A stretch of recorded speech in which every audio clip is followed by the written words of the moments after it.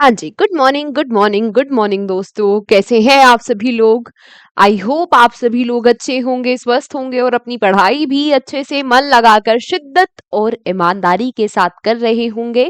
तो फटाफट से शुरू कर देते हैं आज की करंट अफेयर्स की क्लास को, जहां पर हम करंट अफेयर्स के कल तक के 10 इंपॉर्टेंट क्वेश्चंस को मात्र और मात्र 10 मिनट में कवर करेंगे। आज का पहला क्वेश्चन आप सभी लोगों के सामने ये रहा।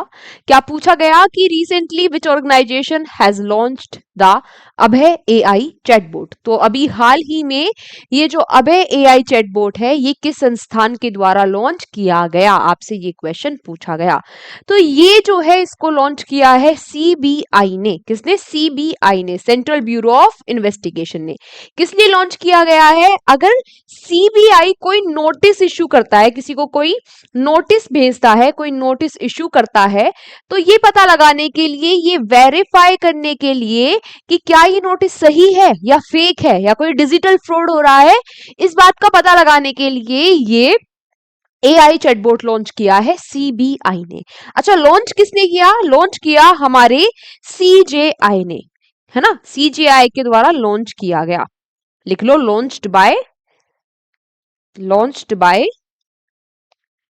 एक सेकेंड, लॉन्च्ड बाय सीजेआई। और सीजेआई का नाम क्या है? सूर्यकांत, जस्टिस सूर्यकांत। ठीक है। अच्छा, बात की जाए अगर किसके बारे में, लॉन्च्ड बाय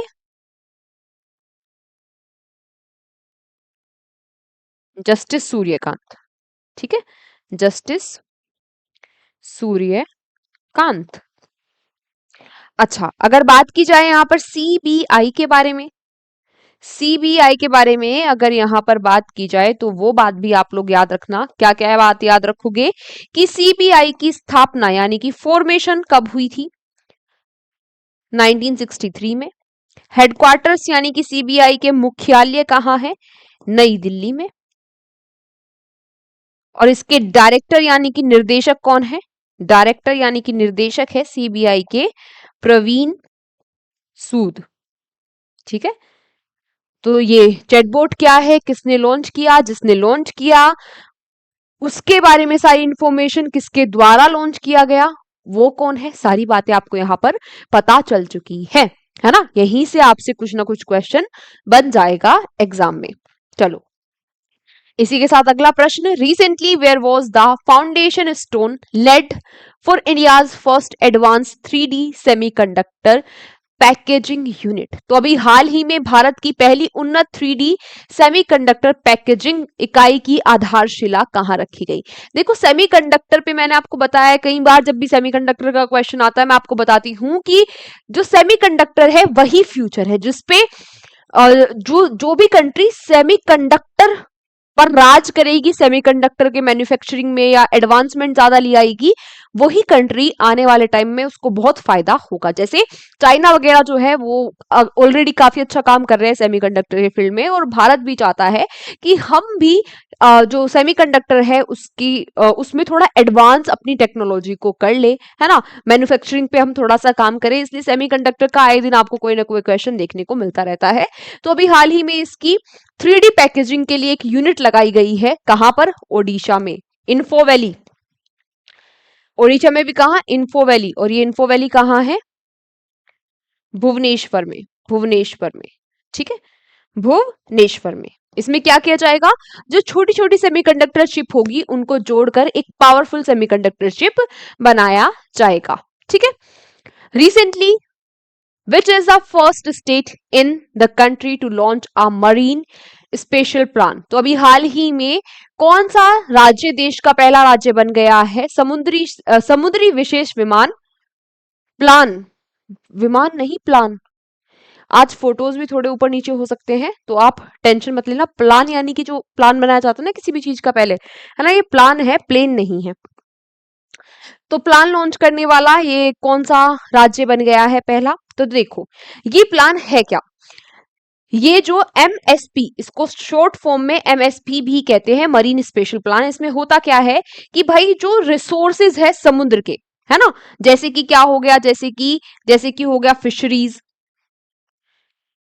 ठीक है, फिशरीज हो गया, यानी कि मत्स्य पालन हो गया, मत्स्य पालन हो गया। अब पोर्ट है तो अगर समुद्र है तो वहां पर पोर्ट भी बनेंगे, अगर पोर्ट बनेंगे तो वहां पर टूरिज्म भी होगा, वहां पर एनर्जी भी बनाई जाएगी। इस तरीके से जो भी रिसोर्सेज है उनको बैलेंस तरीके से, सस्टेनेबल तरीके से यूज करने के लिए ये प्लान बनाया है। और ऐसा करने वाला पहला राज्य कौन सा बन गया है? ये पहला राज्य भी ओडिशा ही बन गया है। अच्छा, बात की जाए इस प्लान के बारे में, इस एमएसपी के बारे में, तो ये स्टार्ट हुआ था 2019 में। भारत इसको किसके साथ मिलकर बना रहा है? ये प्लान जो बना रहा है नॉर्वे के साथ मिलकर, नॉर्वे के कोलैबोरेशन में भारत ये काम कर रहा है। अब 2019 में जब ये लॉन्च हुआ था तो इसके फर्स्ट फेज में इसको 2 यूटीज में लागू किया गया था। 2 यूटी यानी कि यूनियन टेरिटरीज में लागू किया गया था। कौन कौन कौन सी थी वो? पुदुचेरी और लक्षद्वीप, और लक्षद्वीप। और अब पहले राज्य में भी इसको लागू कर दिया गया है, वो कौन सा है? ओडिशा। बात समझ में आई? बात समझ में आई? चलो next. Recently who overtook Mukesh Ambani to become Asia's richest person? तो मुकेश अंबानी को पीछे छोड़कर एशिया के सबसे अमीर व्यक्ति कौन बन गए हैं? गौतम अडानी। अंबानी अडानी चलता रहता है न्यूज में, है ना, अमीरों के मामले में। तो ये जो मुकेश अंबानी है, इनकी टोटल जो नेटवर्थ थी, वैल्यू थी, वो थी 90.8 बिलियन डॉलर की। अब जो जो गौतम अडानी है, इनकी नेटवर्थ कितनी हो गई है?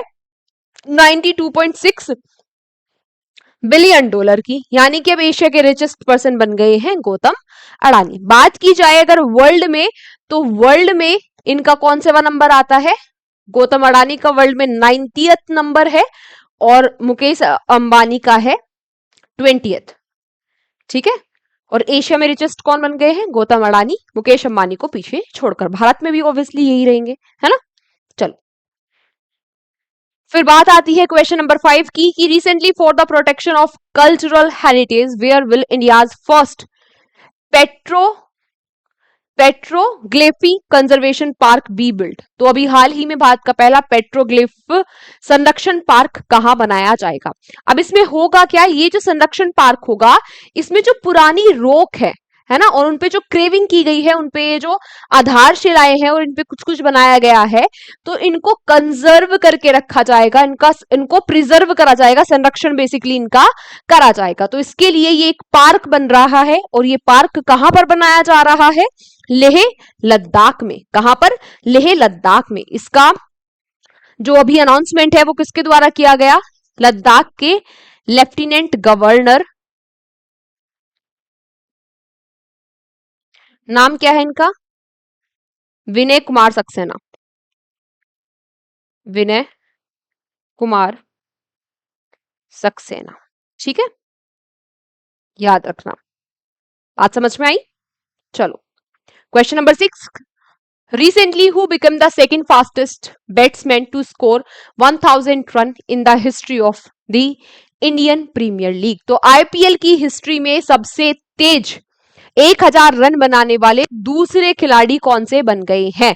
तो इन्होंने क्या किया है? ये है टिम डेविड। इन्होंने 560 बॉल पर 1000 रन बना दिए हैं।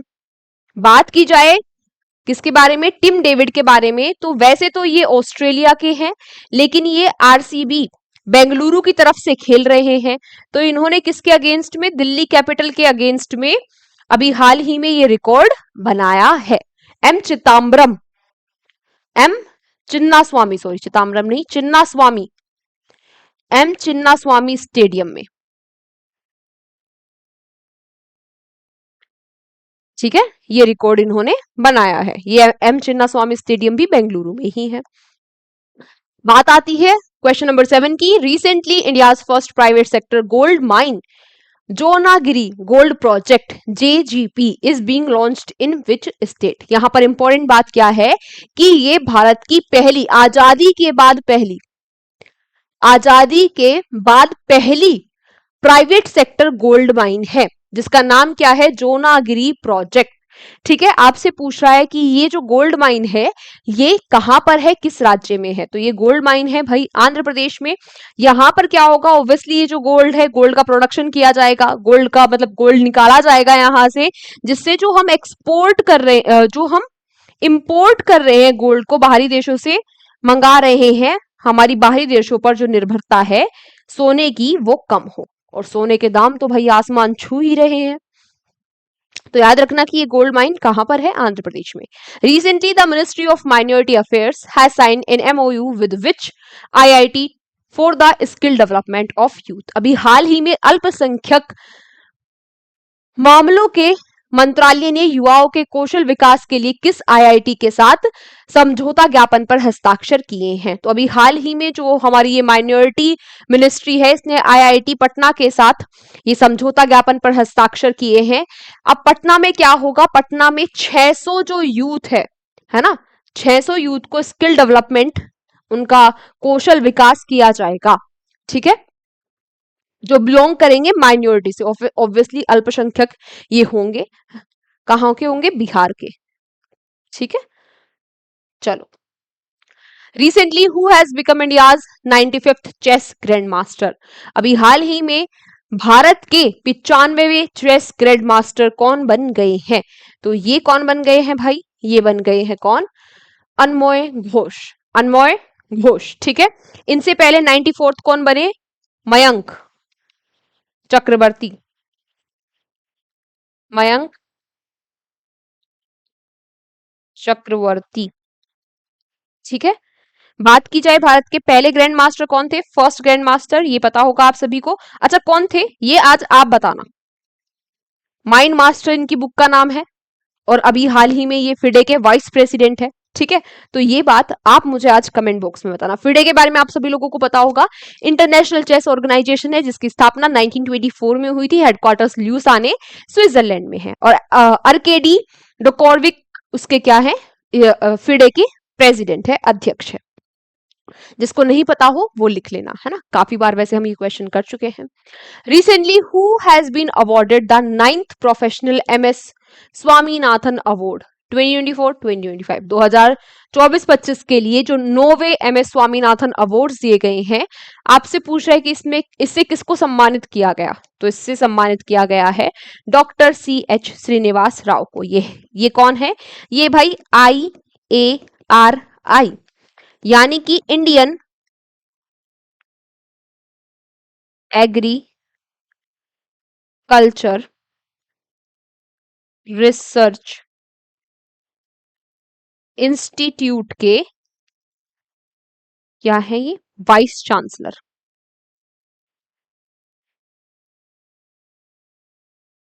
ठीक है, इंडियन एग्रीकल्चर रिसर्च इंस्टीट्यूट के वाइस चांसलर है, जिनको इस MS स्वामीनाथन अवार्ड से सम्मानित किया गया। बात समझ में आई। तो आज की क्लास को हम यहीं तक रखते हैं। Thank you so much everyone, class में अंत तक बने रहने के लिए। इस क्लास की PDF आपको मिल जाएगी हमारे एग्जाम जर्नी के टेलीग्राम चैनल पर, वहां से जाकर आप लोग PDF ले लेना। बाकी ऐसे ही हंसते रहो, मुस्कुराते रहो, शिद्दत और ईमानदारी के साथ मन लगाकर पढ़ाई करते रहो। मिलते हैं आपसे कल की क्लास में। Take care, bye bye.